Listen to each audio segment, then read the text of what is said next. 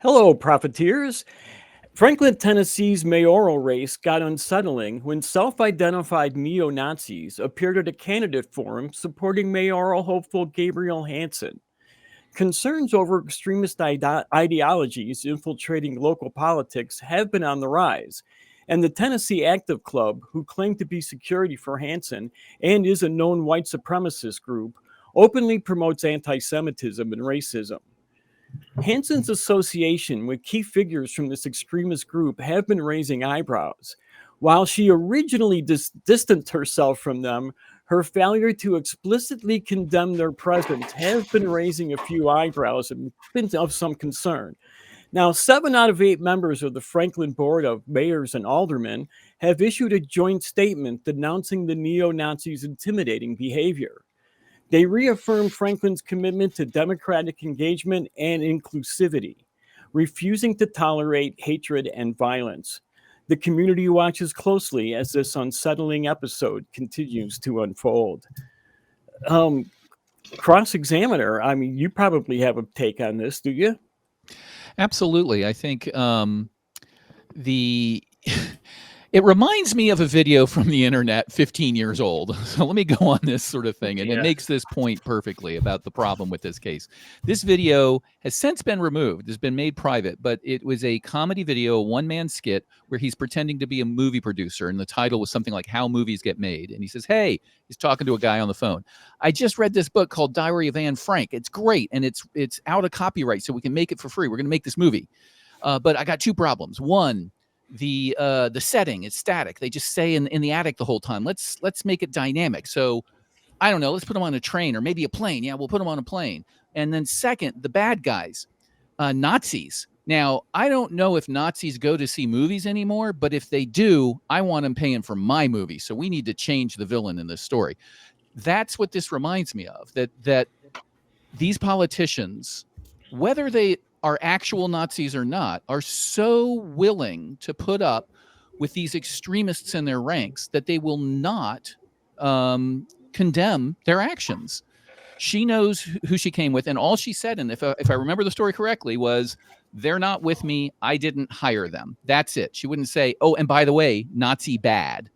You know, this is Trump. There are good people on both sides all over again. That's what this politician is doing, and they're getting away with it. So as a side note, they changed the Nazis in that video to snakes, and then you realize they turned Diary of Anne Frank into snakes on a plane. So that's Hollywood for you. But what are your thoughts, Phoebe, on Nazis in politics in a certain political party? Well, I thought you were going to say Nazis on planes. I don't mean to sound rude here about people from Tennessee or people south of the Mason-Dixon line, but I'm not surprised that this has come out of Tennessee. I'm really not surprised. I mean, what do we expect in this day and age from parts of the United States south of the Mason-Dixon line that have stereotyping, anti-immigration, anti-Semitic, homophobic, transphobic, misogynistic, racist language being used left, right, and centre? I mean, this is a state where the state house decided it was a good idea to expel 2 black men, but not a white woman, from the state legislature when they attended a protest on state grounds. Now, I don't mean to sound as if I'm some outsider who's, just looking at this going, "Ooh, hello." But Tennessee, you've got an image problem. You've got an image problem, Tennessee. You don't look good when you've got, neo-Nazis turning up to support mayoral candidates. You're expelling black members from your opposition caucuses. It's just not the greatest of looks. And I mean, neo-Nazis don't really help your cause. You can ask a rampant transphobe from England called Posey Parker, who went to Melbourne in Victoria and had neo-Nazis turn up at her rally, and they were making the Nazi salute on the steps of the Parliament building of Victoria, right behind her as she was making her speech. The rest of her tour didn't go down too well. When in Hobart they drowned her out, and in Wellington they basically told her where she could go and take her ideas. So, Nazis, they don't really, further the cause of democracy. And we need to be aware of these people and their democracy adjacentness. Adolf Hitler was democratically elected. That went well, didn't it, Jonathan? Yeah, it didn't go so well. I'm just going to say a few things. All right, more than a few things. Jeff Tishhauser, a senior Southern Poverty Law Center researcher, noted about the Tennessee Active Club. They are racist, full of racist, bigoted white supremacists. Online, they are worshiping Hitler. So they are neo-Nazis. There's no doubt. If I get a little colorful here, I apologize in advance. The scumbags, Sean Kaufman and Brad Lewis, members of the group, leaders of the group actually, literally escorted Hanson into the meeting, acting as security. When one of the members of the neo-Nazi group was asked by WTVF, News Channel 5, Nashville, so it's in the area of Nashville, why they were there, the unidentified Nazis said they were there to support Hanson because of her opposition to pride events. This is pretty damning to begin with. But for me, the woman is a Nazi sympathizer at best, as she is not directly denouncing them, but stating that she is not one, which she recanted later, both of those statements. She admitted she had invited them, but she did later admit, so she knew them, what they were, and she invited them to act as her security team. Because there was a credible, read imaginary, threats from a non-existent Antifa group. One of these scummy Brad Lewis was quoted as spewing that she threw them under the bus. He has been friends with her for a while and worked with her on occasion. So caught in a lie, it was politically necessary for her to tell the truth, only forced to tell the truth about her affiliations. This is my shocked face. This happens time and time again with certain political parties. Extreme, they call the other side extremists, but they are true extremists. There is a conservative group from the wealthy neighborhood where Hanson lives, and they removed their endorsement of Hanson, saying in part, Hanson being elected mayor could be more detrimental to the conservative movement in Franklin. I would hope so. But they said in part it was her admission she knew of the Nazis coming to the debate, but did not dissuade them from doing so. It's not because she worked with the Nazis to do that. It's because she didn't dissuade them from doing so. That gives you a little clue as to where these people actually are and the group they represent actually are. So I'm going to go ahead and pass this back to Kelley. I have more to say, but she wasn't supposed to get caught, John. I understand. That's what happened. She wasn't supposed to have gotten caught. Gabrielle Hanson is no stranger to controversy in the past. She's been involved in several of them. She's originally from Chicago, her and her husband, and she did run for office as a Republican up in Chicago. But she was a much more liberal Republican, I think, because she was playing to a much more liberal big city base. One of the things that controversy she's gotten involved with is in Tennessee is that her husband appeared in a red, white, and blue Speedo and nothing but a red, white, and blue Speedo at a gay pride parade in Chicago, endorsing her. So good for him. Yeah, right. I personally do not have a problem with this. And she was also arrested in the past for quote unquote promoting prostitution, which again, I don't care about. But if you're going to be running on family values, it doesn't play well with your base, right? But here's the question, though. What are these family values? What are family values in America today? Is it Fred and Barney? And they're white, conservative Christian values. They're not family values. They're white, conservative Christian values. That's what they are. I really want to see him in the Speedo. They're word laundering.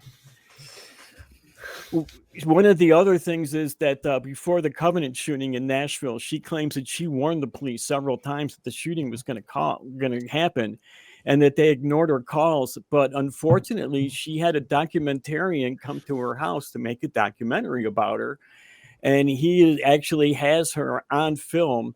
At the same time, she's claiming that she was making these phone calls to the police. So she's obviously lying about that too. This story has taken a lot of twists and turns since it was first reported. One of the local news stations down there has been doing a lot of work covering this. They were the ones that broke the story initially. I want to talk about it, but I don't want to hog the mic and do a monologue here. So I'm going to pass it to cross-examiner, and when I come swing back around, I'll kind of fill in more. Sure. So go ahead, cross-examiner. What do you give us some more of your thoughts? Okay, so if we take a step back and look at the broader picture, we can see a pattern, right? People have done polls. Political scientists have done polls where they will say, okay, they'll ask people, there's a voter, and I'm going to tell you some attributes about the voter, and I want you to tell me which party you think they're in. And if they say they are middle-aged, you'll get splits of, well, maybe they're Republican, maybe they're Democrat. If they're older, you'll get more people saying they're Republican, but a good chunk still think they're Democrat. If you tell them household income, there's a split. If you tell them gender, there's a split. If you tell them even religious views, there's a split. But if you tell them they're a Nazi, 99.999 whatever percent of people say, oh, they're Republicans. How is that not like open and shut case? Like I'm not saying all Republicans are Nazis. I am saying all Nazis are Republicans, and the Republicans do nothing to clean house about it. So hey, there are parties that are further to the right than the Republicans. You've got the Constitution Party out there. You've got the Prohibition Party out there. There are other parties out there that are not just the Republican Party. Correct. But in our two-party system, they're going to vote for whoever the Republicans put up, especially if it's somebody like Trump who is dog whistling them left and right. The Republican Party is the one now who is saying, I don't know if Nazis still pay to go to movies, but if they do, I want them paying for mine. So that's the state of the Republican Party.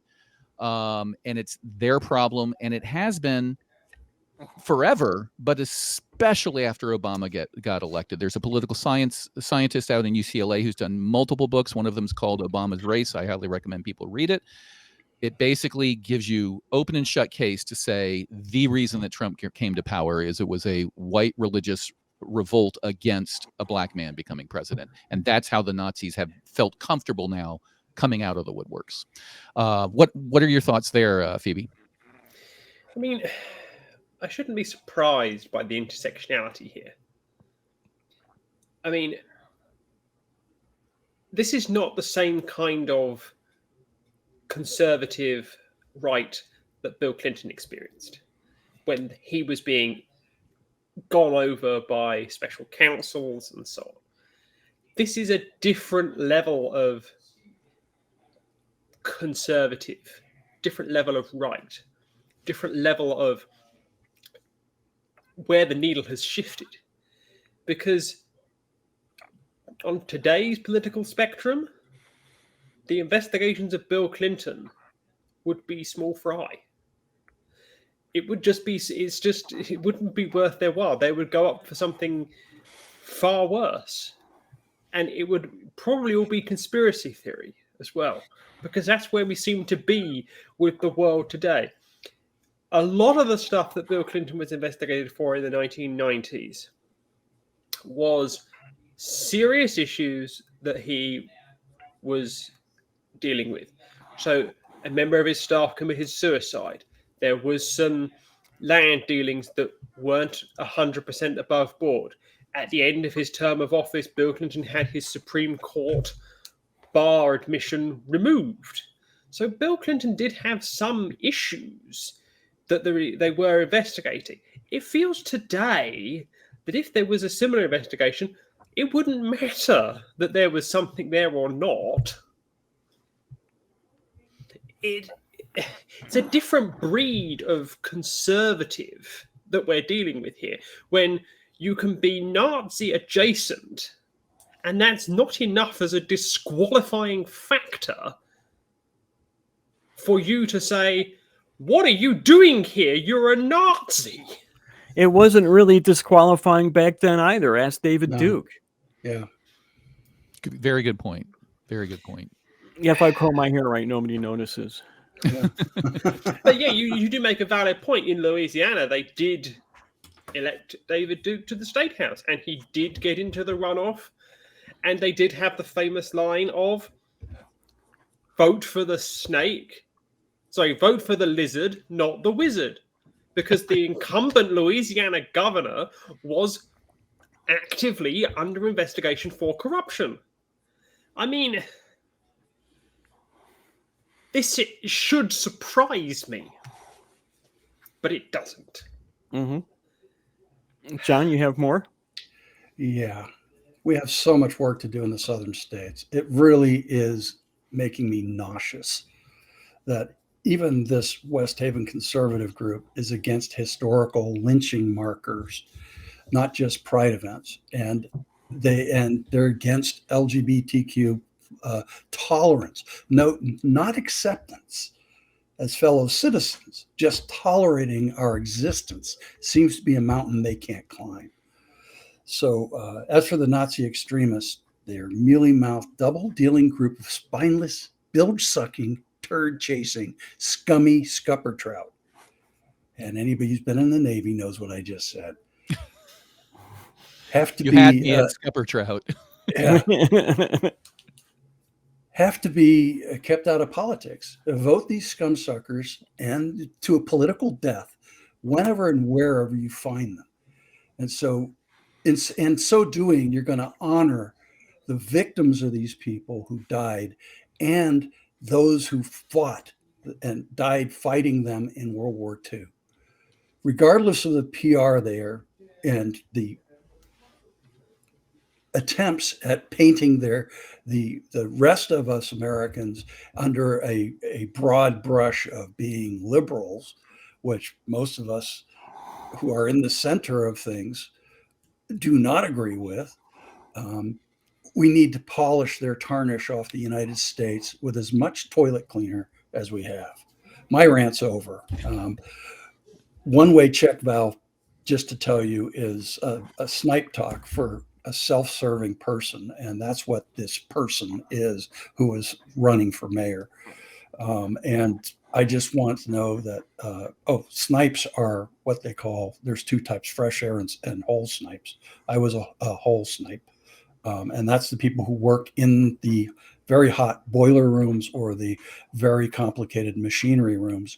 And a fresh air snipe is like the electricians and people like that who do work outside of the hole, which is what we call the main engineering spaces. So anyway, that's my rant's over. So Kelley, I was promised to take us down a timeline of some of the events that have happened since then. Now, Hanson originally denied knowing these white supremacists would be there, and she denied all connection to them, but would not publicly condemn them. In summary, she said something like that she wouldn't condemn anyone for what they thought they were, comparing Nazi ideology to being black or trans. Like, I wouldn't condemn somebody for being black or trans, so I can't condemn somebody for being a Nazi, which just is horrible. Now, Two of these those things denials, aren't a choice. One of those is very much a choice. you're preaching to the choir on this one, Phoebe. It's disgusting. Now, her denials would later come back to haunt her after two more incidents, one of which John mentioned. One of the leaders of the Tennessee Active Club was pretty put out, and he said that she threw him and his organization under the bus by denying that he knew her. His name was Brad Lewis. He says that he has known Hanson for a long time. They're friends. They've done business together, and that she invited them to come and be her security because they had a quote unquote credible threat that Antifa would be there. So I don't know why Antifa would come to a mayoral candidate meeting in Franklin, Tennessee, but there you go. Now, the other incident that happened was there was a local political activist named Peggy Kingsbury. She confronted Hanson at a campaign event about a post from the Tennessee Active Club that had threatened her life. And Hanson wanted to see that post because she didn't believe her. So Kingsbury pulled it up on her phone, and one of the campaign staffers took a photo of her holding her phone. Now, a portion of that photo later showed up on one of the neo-Nazis' website, a man who was not at the event. So it was passed on to him by her campaign staffers. So as a side note, they actually said that it was time for people like Mrs. Kingsbury, for her and her kind to be silenced, and she took that as a death threat, which it certainly is. So she has since backtracked and admitted that she does know the neo-Nazis and did invite them. So at least we got to that point where she's at least telling the truth finally. Now that's about it. I mean, this story got me really fired up, and if it got you fired up, you should check out more of the nonprofits right here.